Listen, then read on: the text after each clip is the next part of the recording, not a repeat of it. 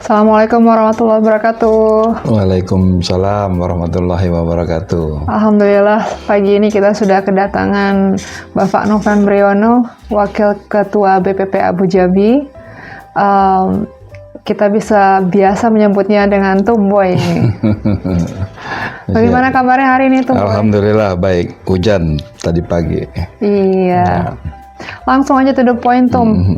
Gimana menurut Tumboy ini mengenai iklim cuaca, bukan iklim cuaca ya, iklim dunia bisnis pengamanan saat ini? Iya, Assalamualaikum warahmatullahi wabarakatuh. Saya menyapa kepada semua pemirsa Abu Dhabi TV nih ya. Iya. Abu Dhabi TV. Dan Jakarta pagi ini hujan dari subuh ya, mungkin ini menandakan bahwa inilah kondisi Indonesia pada saat ini ya, yang kadang-kadang cerah, kadang-kadang mendung ya, dan kadang-kadang hujan. Begitu pula kondisi bisnis atau kondisi usaha yang terjadi ketika pemerintahan itu berubah ya, secara otomatis banyak kebijakan-kebijakan yang juga mengikuti irama dari pemimpin yang pada saat ini memimpin gitu. Dan itu adalah kenyataan politis yang harus kita terima sebagai seorang pengusaha. Ya, kita harus selalu bisa survive di mana kondisi kita berada, dan mudah-mudahan ini tidak lama menunggu settlenya pemerintahan yang baik ya, yang sesuai dengan koridor yang diharapkan semua masyarakat. Saya merasakan adanya kekhawatiran itu di nadanya itu, Tum. Oh enggak, jadi kita sebagai anak bangsa ya harus tetap optimis dalam menjalani kehidupan kita. Ya. Kalau kita tidak optimis, kita tidak bisa keluar dari yang namanya kondisi yang saat ini menjadi harap-harap cemas bagi semua masyarakat. Nah itu, dan saya yakin pemerintahan baru berjalan 1 tahun lebih, dan saya percaya ke depan kita akan dibawa kepada arah yang benar gitu. Saya kira itu. Lalu menurut Tumboy sendiri di kacamata pengusaha ya Tumboy ya, apa sih kesulitan-kesulitannya Tumboy? Sebenarnya pengusaha itu dia sudah terbiasa dengan gaya kemandirian. Nah, ketika dia berhadapan kepada hal-hal yang menyangkut birokrasi yang berbelit-belit, ya, proses perizinan yang terlalu lama, terus banyak instansi-instansi yang ketika menawarkan satu simulasi atau simultan yang diharapkan oleh pengusaha, dia harus menghadapi regulasi yang tidak gampang gitu. Nah itu sebenarnya dan pengusaha berharap pemerintah hadir terhadap kesulitan-kesulitan itu ya, di mana kemandirian pengusaha itu akhirnya dibatasi oleh regulasi yang membuat bisnis mereka terganggu. Nah sekarang nih ada satpam-satpam yang mempunyai KTA sudah aktif, sudah memiliki Garda Pratama, Garda Utama, sudah lengkap lah sertifikasinya, tapi belum dapat pekerjaan juga sampai sekarang gitu. Nah itu tuh sebenarnya menurut Tumboy salahnya di mana ya Tumboy ya? Di lapangan pekerjaan kah, atau di pengusahanya, atau bagaimana sih Tumboy gitu? Bagaimana saya dengan kondisi yang katanya kita sudah merdeka nih sekarang gitu ya kan, dengan apakah kita juga sudah merdeka di lapangan kerja Tumboy? Ini menyangkut proses bisnis sebenarnya. proses bisnis yang harus sama-sama kita perbaiki. Artinya begini, kenapa sih satpam-satpam yang di bawah Badan Usaha Jasa Pengamanan atau tidak di bawah Badan Usaha Pengamanan, misalnya sudah melaksanakan pendidikan tapi tidak tersalurkan. Nah, proses bisnisnya yang harus diperbaiki. Jadi ketika sebuah BUJP, Badan Usaha Jasa Pengamanan, akan melaksanakan pendidikan Diksar atau Gada Madya, Gada Pratama, nah harusnya dia sudah memproyeksikan orang-orang yang dididik ini untuk dipekerjakan. Nah, pertama itu. Yang kedua, badan usaha yang membutuhkan tenaga satpam harusnya merekrut anak-anak yang sudah dididik, yang sudah memiliki KTA, dan tidak perlu mengadakan pendidikan lagi. Nah, sehingga satpam-satpam atau teman-teman kita satpam yang sudah terdidik itu ya bisa disalurkan secara cepat itu. Dan yang terakhir, jangan sampai lembaga-lembaga yang berhubungan dengan pendidikan satpam ini melahirkan satpam-satpam baru tanpa memikirkan bagaimana mereka harus disalurkan gitu. Jadi antara supply and demand-nya itu harus betul-betul dijaga. Nah itu, jadi jangan sekadar melakukan pendidikan, tetapi juga tidak menempatkan mereka atau memberi harapan hidup kepada mereka untuk dipekerjakan. Yang terakhir, bagi Badan Usaha Jasa Pengamanan yang melahirkan satpam juga harus melahirkan satpam yang berkualitas, sehingga tanpa menunggu lama anak-anak ini dengan kemandiriannya itu bisa diterima di lapangan pekerjaan sesuai dengan spesifikasi kompetensi yang diharapkan oleh pengguna. Jadi ini sebenarnya pengaruh daripada proses bisnis. Jadi ya sehingga satpam yang lahir dari pendidikan atau diklat di Badan Usaha Jasa Pengamanan dalam kategori Gada Pratama itu tidak sia-sia mereka. Nah, seperti itu kalau menurut saya. Kondisi kita kan sekarang ini sedang tidak baik-baik saja ya Tum ya. Lapangan kerja yang kurang dan tarif pajak yang makin tinggi, lalu kebutuhan dasar yang tidak semakin turun. Bagaimana menurut Tumboy, di kacamata Tumboy sebagai pengusaha, ini untuk orang-orang yang satpam teman-teman kita ini yang untuk UMR saja mereka susah gitu. Nah, pertanyaan saya, bagaimana tanggapan Tumboy melihat hal yang terjadi sekarang, Tumboy? Ya, pengaruh persaingan usaha yang tidak sehat ini memang seyogyanya ada andil daripada pemerintah, baik pemerintah pusat maupun pemerintah daerah ya, yang bisa mengkontrol tumbuh secara tidak sehat perusahaan-perusahaan yang baik ada di daerah maupun ada yang ada di pusat. Nah, ini fungsi daripada pemerintah. Bagaimana regulasi-regulasi yang bijak terhadap pertumbuhan perusahaan-perusahaan yang ada itu harus menyeimbangkan tentang apa istilahnya itu tumbuh kembangnya suatu daerah. Jadi tidak bisa misalnya satu daerah itu kita biarkan saja pengusahanya melakukan persaingan sehingga persaingannya tidak sehat tanpa adanya pengawasan, pembinaan. Berikut juga regulasi tentang bisnis jasa usaha khususnya di bidang pengamanan gitu. Nah, itu yang penting. Dan selain itu juga kenapa terjadi UMR yang tidak tidak sesuai, misalnya belum bisa memenuhi standar hidup layak. Ya. Nah, ini juga harus ada pengawasan dari pemerintah, khususnya bagi pengguna-pengguna. Nah, pengguna juga harus di-stressing perihal masalah tata aturan hidup layak itu, ataupun katakanlah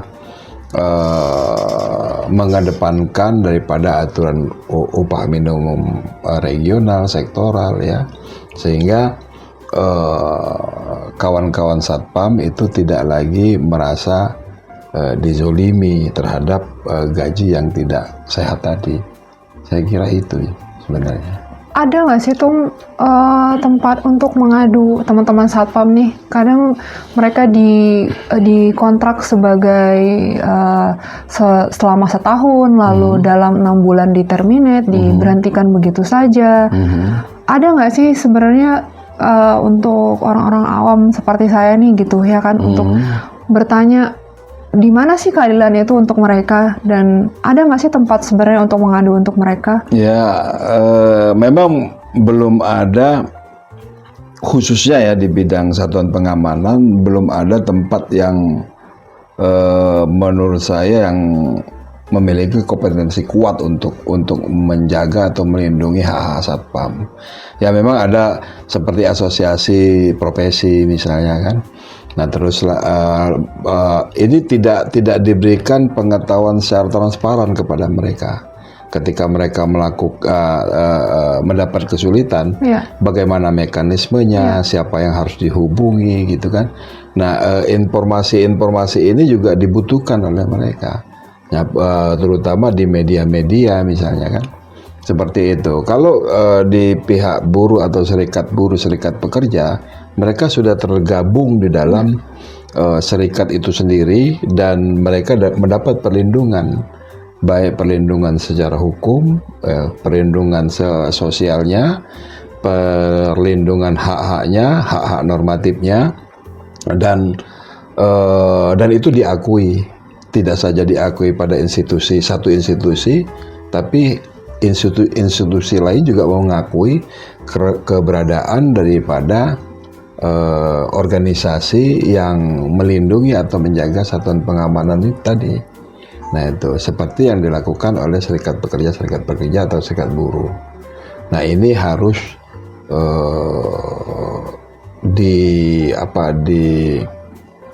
dipikirkan secara baik, secara bijak. Perlu adanya satu badan yang dapat menjaga perlindungan daripada hak-hak satuan pengamanan. Kalau kalau buruh dan pekerja, mereka sudah ada. Nah, itu. Nah, tetapi di satuan pengamanan ada, hanya saja informasinya yang mungkin belum sampai kepada satuan-satuan pengamanan. Saya kira itu. Yang saya mau tanyakan lagi Tum, kita kan kemarin baru membahas tentang kode etik ya Tum, ya. Kode etik mengenai manajemen fee Tum. Nah, bagaimana untuk mengontrolnya itu Tum? Ya, kalau di Abu Dhabi sendiri, Asosiasi Badan Usaha Jasa Pengamanan yang membina dan melakukan perlindungan kepada Badan Usaha Jasa Pengamanan yang ada di seluruh Indonesia, terus sudah memiliki kode etik. Ini malah lebih mudah. Hanya saja bagaimana proses kalau ini terjadi, karena ini adalah deliknya aduan, maka harus masyarakat atau pengusaha yang mengalami kerugian terhadap perilaku Badan Usaha Jasa Pengamanan yang katakanlah tidak ideal dalam mengambil kebijakan, itu bisa melakukan pengaduan. Nah, pengaduan itu adanya di Badan Pengurus Pusat, di sekretariat. Nah, secara otomatis kalau ini adalah delik aduan, maka memang harus dibuktikan dengan adanya bukti-bukti permulaan yang cukup untuk dikelola sebagai satu pengaduan yang bisa katakanlah dilakukan dalam bentuk diskusi, persidangan, sampai pemanggilan teradu dan pengadunya. Kira-kira seperti itu. Kode etik sendiri dalam hal manajemen fee kemarin itu sudah tertera bahwa 8% ya tuh ya. Jadi kalau sebuah BUJP mengikuti sebuah tender dan itu terbukti dari rivalnya gitu bahwa dia mengajukan dan menang gitu di bawah manajemen fee itu bisa diadukan berarti ya Tum? Iya, jadi pengaduan itu kode etik itu kan diperuntukkan untuk organisasi, untuk anggota yang di bawah organisasi. Jadi kalau anggota yang di bawah organisasi itu melakukan pelanggaran kode etik dan ada pengaduan dari pihak-pihak tertentu, maka organisasi itu bisa memberikan semacam punishment ya kepada yang teradu tadi ya, sesuai dengan pelanggaran yang dia lakukan, dan itu ada prosesnya. Proses itu dilakukan oleh Dewan Etik yang ada di badan usaha organisasi di Abu Dhabi itu. Ada seperti itu. Kita ulangi lagi, Abu Dhabi itu apa sih tuh? Jadi 19 tahun yang lalu Abu Dhabi itu kan didirikan atas keinginan para pemilik badan usaha jasa pengamanan ya, guna untuk merangkum, mengumpulkan satu visi, satu misi untuk mengembangkan jasa pengamanan yang ada di Indonesia ya. Didirikan oleh beberapa purnawirawan dan pengusaha badan usaha jasa pengamanan ya, yang fungsinya untuk melindungi anggota ya, sekaligus sebagai satu upaya advokasi, informasi, termasuk juga edukasi bagi pengusaha-pengusaha yang baru untuk menjalankan usahanya secara baik ya, secara etik ya, sehingga iklim usaha khususnya badan usaha jasa pengamanan di Indonesia ini bisa lebih baik dan lebih teratur lagi. Itu fungsinya. Iya. Kita sendiri adalah nomor anggota di Kadin, betul ya Tum ya? Iya. Kita juga ALB, jadi anggota luar biasa di Kamar Dagang dan Industri ya. Dan di sana Abu Dhabi memiliki peran yang penting karena sebagai ALB yang memiliki anggota yang cukup besar ya, dengan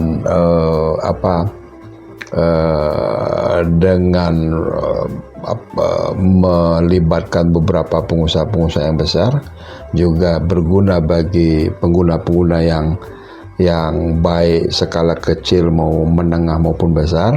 Jadi Abu Dhabi memang punya peranan di Kadin sendiri gitu. Hanya saja ini memang belum dieksplor secara baik oleh Abu Dhabi untuk lebih berperan di dalam Kadin itu sendiri. Untuk orang awam nih Tum ya, kan banyak sekali nih Tum, ada Abjasi, ada Apsi, ada Abu Dhabi. Nah, apa sih Tum yang membedakan antara organisasi-organisasi ini Tum? Ya, awalnya memang organisasi ini sebenarnya hanya Abu Dhabi ya awalnya ya, tetapi atas dasar kepentingan kelompok ataupun bidang-bidang di dalam usaha itu sendiri yang mungkin pada saat itu belum mengakomodir keinginan-keinginan mereka. Nah, sehingga muncullah organisasi-organisasi yang sama dengan Abu Dhabi ya, tetapi lebih spesifik. Nah itu makanya Abu Dhabi ke depan harusnya sudah bisa membaca apa kepentingan badan usaha jasa pengamanan, khususnya di bidang-bidang tertentu yang harusnya diakomodir oleh Abu Dhabi, sehingga tidak muncul organisasi-organisasi baru walaupun dalam nafas yang sama di industrial security, tetapi ada kekhususan seperti Abjatin misalnya, dia khusus mengelola kawal angkut, uang dan barang berharga misalnya. Lalu ada ATC. ATC itu adalah security device, organisasi yang hanya mengelola bidang peralatan keamanan, dan tidak menutup kemungkinan akan muncul lagi organisasi-organisasi seperti bidang penyediaan tenaga pengamanan ataupun organisasi khusus bidang pendidikan dan latihan, atau ada organisasi khusus di bidang K9 misalnya, atau ada organisasi khusus yang membidangi konsultan keamanan. Nah, ini semua terjadi ketika harapan daripada kawan-kawan khususnya di bidang jasa pengamanan tidak terakomodir. Ya, kalau itu terakomodir secara baik di Abu Dhabi, maka tidak mungkin akan muncul organisasi-organisasi sejenis yang ada seperti Abjatin dan ATC misalnya. Ya. Nah, kalau kita bergabung dalam satu wadah yang besar, ya, otomatis nilai tawar kita terhadap pemerintah, terhadap kebijakan pengguna, terhadap institusi lain itu akan lebih kuat dibandingkan terpecah-pecah gitu. Nah, itu yang harus kita Abu Dhabi harus punya kejelian ke arah situ. Dan Badan Usaha Jasa Pengamanan juga jangan karena kepentingannya sesaat lalu terpecah-pecah, terkotak-kotak menjadi organisasi-organisasi kecil yang notabene sebenarnya nafasnya sama dalam frame industrial security. Kira-kira seperti itu. Berat juga ya pagi ini ya pembicaraan kita ya. Gitu. Sebenarnya belum sampai ke arah situ pembicaraannya. Oh, iya. Mungkin kita balik lagi deh ngomongin tentang satpam aja deh, Om ya. Nah, kalau menurut Om Boy sendiri nih, ini satpam ada yang nakal, yang maksudnya nakal itu cuma kita pakein baju, dia bilang satpam tuh, Tom. Ya, memang karena keidentikan satpam itu sebagai tenaga keamanan, maka ini kan menjadi seksi gitu. Jadi orang-orang kadang-kadang belum mengikuti pendidikan, pengen dibilang satpam misalnya kan, lalu mereka memakai baju, atau bisa jadi angka kos pendidikan mereka mahal. Iya, betul. Nah, itu bisa jadi seperti itu. Jadi ketika kita mendapat isu baik di daerah maupun di pusat misalnya tentang perilaku tenaga pengamanan yang seperti itu, kita harus memandangnya harus lebih luas lagi. Ya. Apa sebenarnya permasalahan mereka? Baru-baru ini saya mendapat lagi laporan bahwa ada satu daerah di Jawa, ya, itu isunya ada pengguna, ya, itu yang menggunakan bukan menggunakan Badan Usaha Jasa Pengamanan. Menurut isunya ada satu yayasan, ya, yang mengelola satpam lalu beroperasi sebagai Badan Usaha Jasa Pengamanan, lalu minta ditindak. Nah, tugas Abu Dhabi ini adalah harus jelas betul apakah informasi ini A1 sudah pasti atau hanya isu saja. Nah, lalu kita melakukan beberapa